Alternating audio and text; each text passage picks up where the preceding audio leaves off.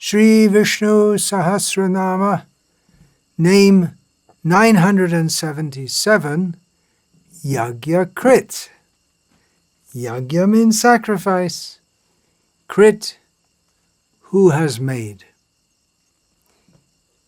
Both Shankaracharya and Parashara Bhatta, the earliest commentators on Vishnu Sahasranams, give the understanding that this name of Vishnu indicates that he created yajnas.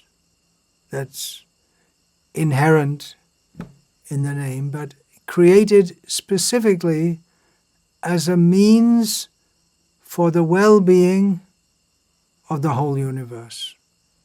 Parashara Bhatta says, Jagat hitaya yagyam adi srijati iti Yajnakrt.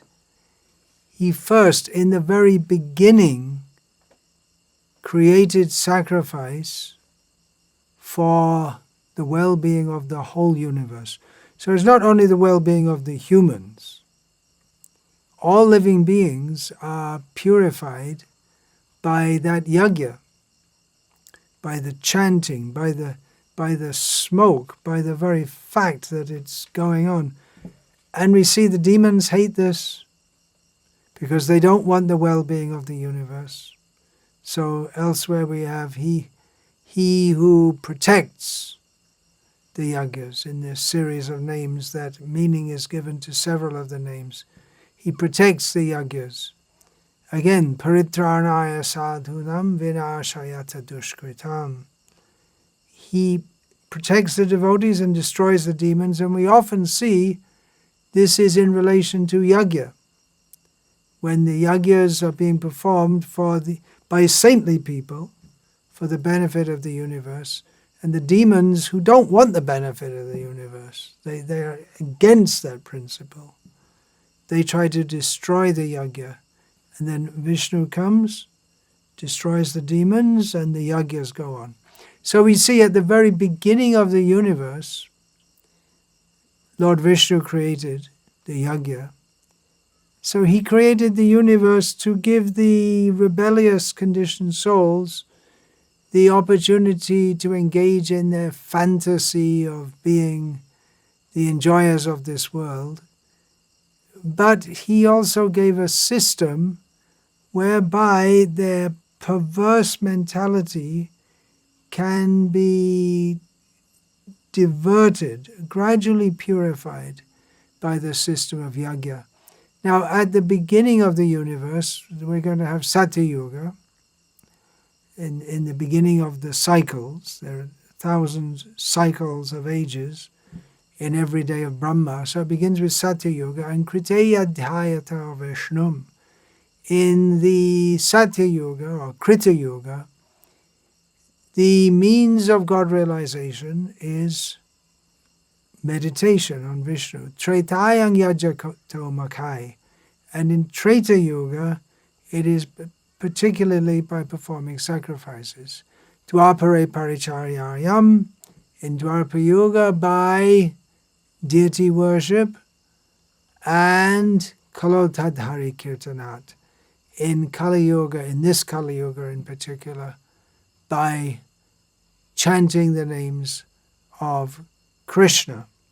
So although yajna is specifically emphasized in Treta Yuga, it's there from the beginning of the universe.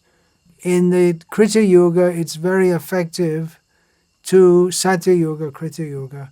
It's very effective to perform the meditational process for those who are directly aiming at Vishnu. But in all the ages, the process of yajna is there for the masses so that everyone can be involved in pious activities which ultimately lead to Vishnu.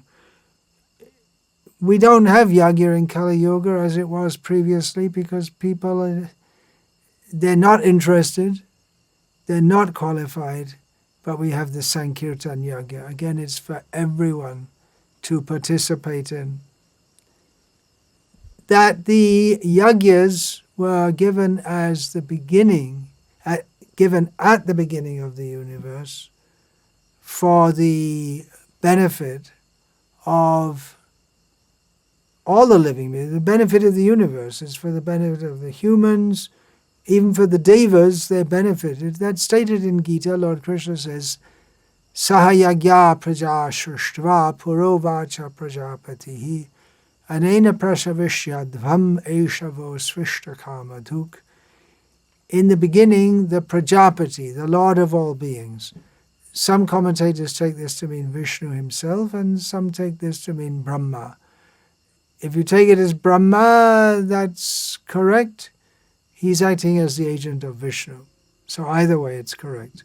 So in the beginning, just having created the living beings, particularly having created the praja, the progeny, at the same time, along with that, the Prajapati, Vishnu, Brahma, created, or at the same time presented, the process of sacrifice and told all the humans that this process, or told all the prajas, the created living beings, that this is for you, this process is for you.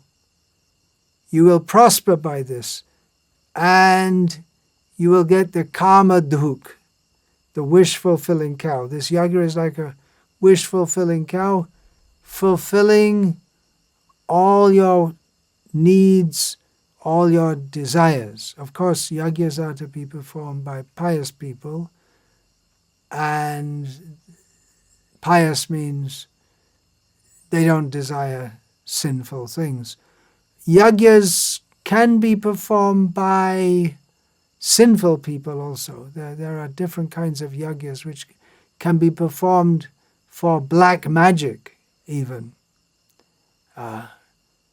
We know that Indrajit, the son of Ravana, he was performing yajnas. He went away during the battle with Rama to perform a yajna. So that wasn't pious. He's not pious. He's performing a yajna to get power to defeat Rama, to oppose Rama. So there are different kinds of sacrifice. But here in this series of names, this process, this whole series of names in Visnu-sahasranama regarding yajna, it refers to the process which is undertaken by pious people. And the sinful people will take it and pervert it. But that's not what Krishna is referring to. And Krishna goes on in the Bhagavad Gita, Devan bhavayatanena te deva bhavayantu vaha parasparang bhavayantaha shreya paramavapsyata. By this yajna, you please the gods. And the gods, means the devas in the heavenly worlds, they will support you. So it's reciprocal, nourishing, parasparam, reciprocal, reciprocally nourishing one another, you will attain the highest benefit.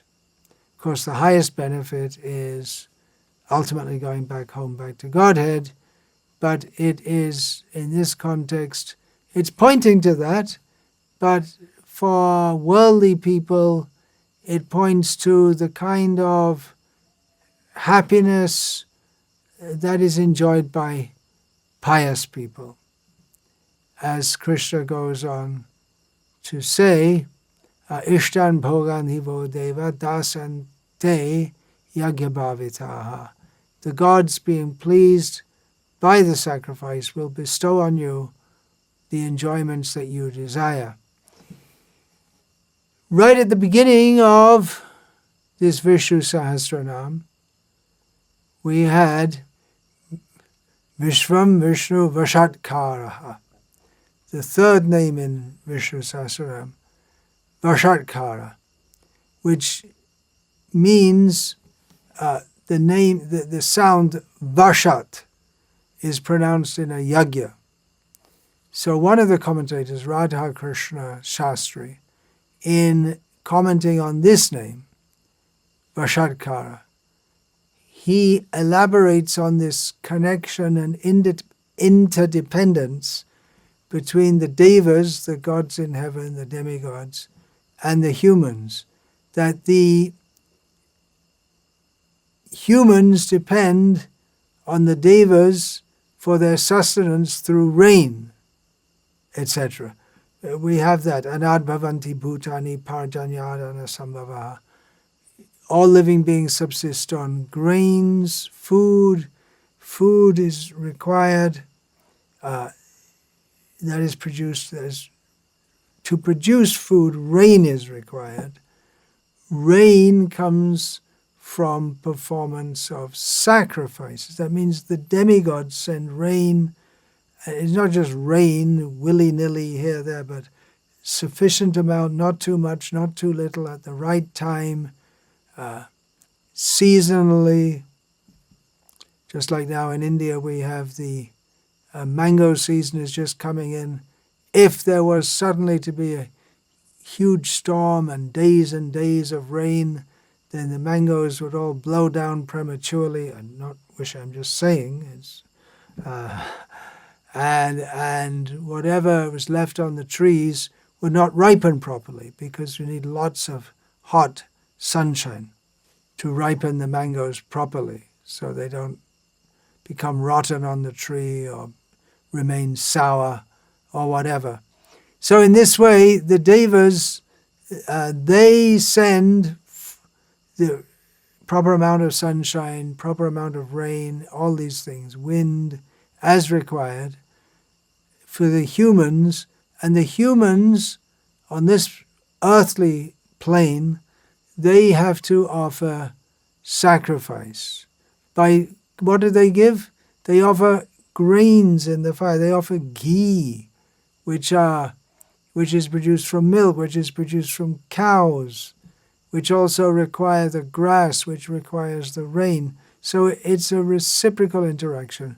Radha Krishna Shastri, he elaborates on this interdependence between the humans and the devas in his commentary on Vashatkara.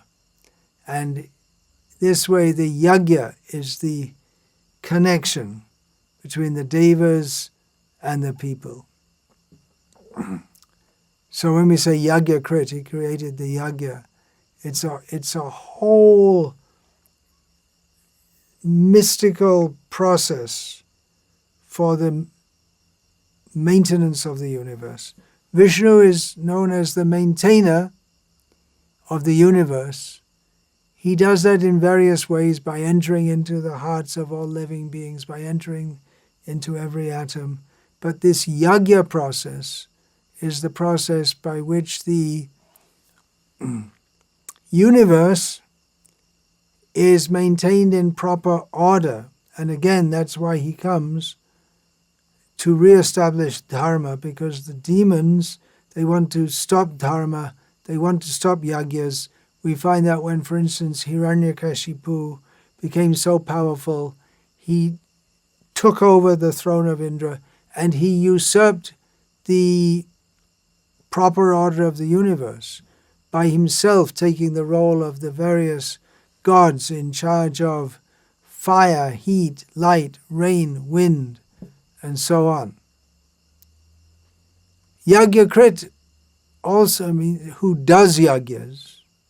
Krit can mean to create, or it can very simply mean to do, just like we get the word karma, action. So krit means one who has done an action. Krita kritya, we have this term, means one who has done that which should have been done.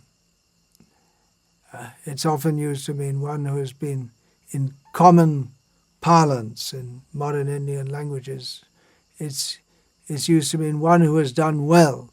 So Yajnakrt also means one who himself performs yagyas, as he does in his various avatars. That's been noted already, that Krishna performs yagyas, Rama performs yagyas in this series of names. We've discussed this already. Now, this suffix krit has come with various names. It means to do, but it also means to destroy. And Shankara, in various names with the suffix krit, gives the meaning as one who destroys. Thus, Shankara, he also gives the meaning of Yajnakrt as one who destroys yagyas, Vishnu. Oh, wait a minute, that's what the demons do. No, in this context, it means, Yajnakrt means he creates the sacrifices at the beginning. That's one of the meanings that Shankara gives. But he also winds up the process of yajna at the end of the universe. So throughout the whole time of the universe, we have yagyas going on. They're given by Vishnu at the beginning, and he destroys them, or he winds up that process at the end of the universe. Baladev Vidyabhushan gives the meaning. Now, in this and the next 5 names, that means in 6 names, Bhishma, who's speaking Vishnu Sahasranama, Baladev says that he's speaking, Bhishma is giving these names, beginning with Yajnakrt, as he who is the promulgator of the path of selfless work. Yajna teaches us to not be selfish, to be selfless, which is at the basis of dharma. Dharma, artha, kama, moksha. So this kama dhuk, yajna gives everything. It gives dharma, it is to be executed by dharma. It gives artha, worldly prosperity. It gives kama, that which is to be enjoyed in this world by pious materialistic people. Their desires are fulfilled. And ultimately, it gives moksha. So Baladev Vidyabhushan, this particular name, Yajnakrt, he says it means he who executes sacrifices. He himself performs sacrifices in order to instruct people. He has no need to perform sacrifices. He is the object of sacrifice, as is the meaning of the next name, Yajni. But he performs sacrifices in order to instruct others that they should do. He, being the most venerable person whose example is to be followed, he performs sacrifices in order to instruct people. Name 978, Yajni, which means he for whose sake sacrifices, yajnas, are performed. He is the ultimate beneficiary. The various commentators agree on this. Baladev Vidyabhushan also gives such a meaning. Again, we have to come to the Gita verse, Aham hi sarva yajnanam bhokta cha prabhureva cha. He, Vishnu, is the very purpose and the objective of every yajna. Whatever is done, whatever procedures are there, all the accessories and the mantras, they all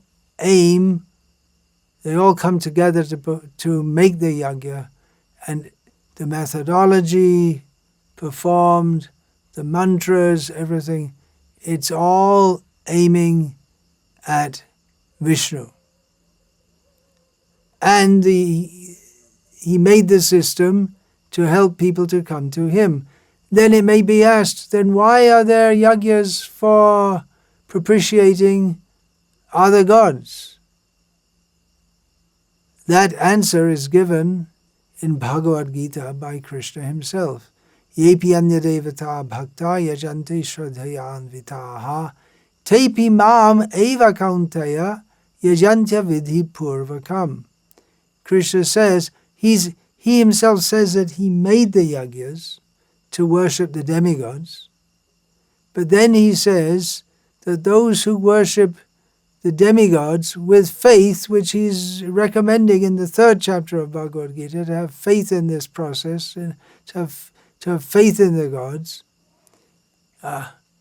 But Krishna says now in the 7th chapter that those who worship the other gods, who are devotees of other gods, and who worship them with faith, they're actually worshipping only me, O son of Kunti, but they do so in a wrong way. So Krishna in the 3rd chapter says, yes, you worship the gods. They'll give you everything you want by this process of yajna. But then later in the 7th chapter, Krishna says, actually, that's not the real purpose. The real purpose is me. So if we don't know the real purpose, then we worship the gods for material gains. But the yajnas, they're meant to lead to knowledge. All these activities, sarva karma kilam parata jnane parisamapyate, all these performances of karma kanda in which yajna is prominent, they're meant to lead to knowledge. And knowledge ultimately means to know it is Krishna to be worshipped. So this is Krishna's method to gradually bring people in to Krishna consciousness.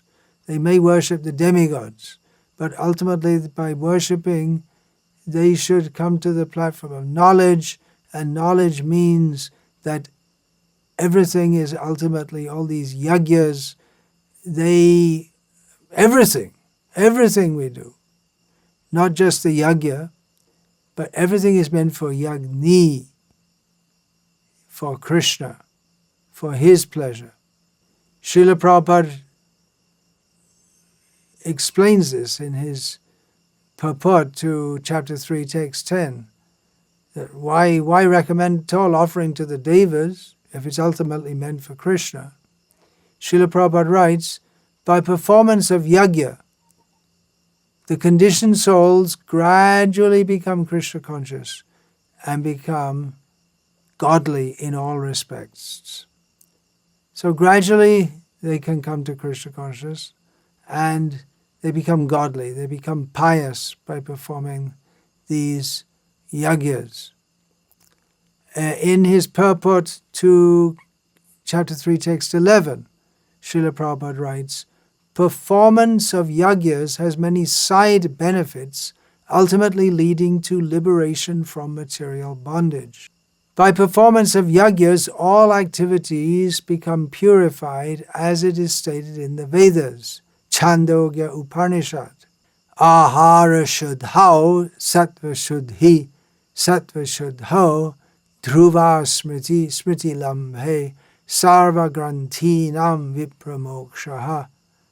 By performance of yajnas, one's eatables become sanctified. Now, this point of eatables will be coming up soon when we discuss the name Anna. But just now it's discussing that by performance of yajna, one's eatables become sanctified. And by eating sanctified foodstuffs, one's very existence becomes purified. By the purification of existence, finer tissues in the memory become sanctified. And when memory is sanctified, one can think of the path of liberation. And all these combined together lead to Krishna consciousness, the great necessity of present-day society. So yajni, another meaning is All yagyas are in him. All the different yagyas are in him. Everything's in him, but as we're discussing such an important topic as yagya, it specifically attention is brought to this fact by this name Yajni. One of the meanings is all yagyas are in him. All yagyas are in him, of him, by him, for him, Yajni. Vanchakalpatarubhyascha kripa sindhubhya cha patitanam pavanebhyo vaishnavebhyo namo namaha.